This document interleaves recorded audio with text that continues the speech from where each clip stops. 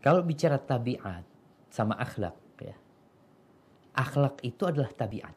Secara bahasa, al-khuluqu tab'un wasajiyah. Akhlak itu adalah sifat seseorang, tabiat seseorang.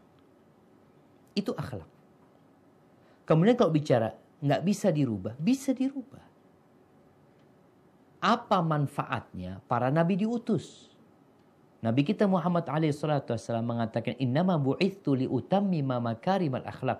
Aku diutus untuk menyempurnakan akhlak-akhlak yang mulia. Disempurnakan. Jadi ketahuilah, tidak ada tabiat yang ada pada diri manusia, melainkan itu bisa diarahkan kepada kebaikan. Bisa. Artinya orang yang bakhil, tabiatnya dia bakhil, dia nih orang. Nggak bisa dirubah. Bisa dirubah. Terus kalau nggak bisa dirubah, kenapa didakwain orang itu? Dia didakwain. Namun hanya perlu diingat nih, ada yang perlu diingat dosanya. Ada orang yang tabiatnya keras. Dia akan tetap keras, tapi dalam kebaikan. Seperti tabiatnya Abu Bakar sama Umar beda. Tapi dua-duanya dalam kebaikan gitu. Kerasnya Umar bin Khattab dalam kebaikan. Lembutnya Abu Bakar dalam kebaikan.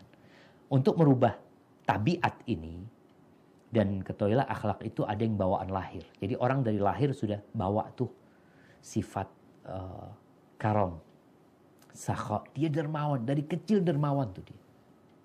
Ada orang dari lahir, ya Allah sabarnya nih orang. Jadi ada yang bawaan lahir, ada yang diusahakan. Jadi kalau bicara ternyata bisa diusahakan, bisa.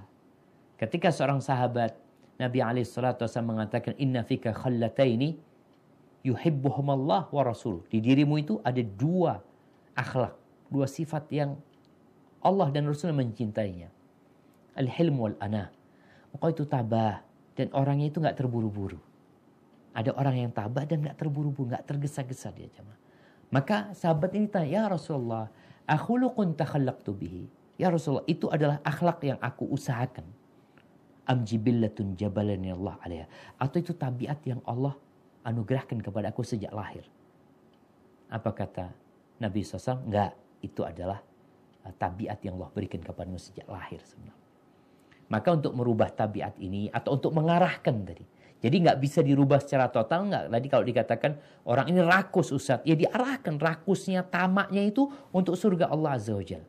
Bukankah kita sebagaimana berlomba-lomba, kita punya rasa tamak ngumpulin harta. Engkau kumpulin buat akhiratmu gitu loh. Jadi tetap bisa diarahkan kepada kebaikan. Tidak ada satupun tabiat yang ada pada diri manusia, melainkan dibutuhkan sebenarnya jamaah. Dibutuhkan. Sehingga tinggal bagaimana mengarahkannya. Diperlukan keyakinan, akidahnya diperbaiki. Kemudian ibadahnya. Setelah itu perlu belajar, perlu doa, perlu usaha. Ada orang yang tabiatnya Masya Allah lemah lembut jamaah dia itu. Dia orang Solo anggapnya. Kita tahu Masya Allah orang Solo tuh lembut-lembut biasanya ya. Tabiatnya kayak gitu. Tahu-tahu dia dikumpulin sama orang-orang yang keras. Dapat sebulan jadi kayak mereka. Kenapa? Berubah tabiatnya.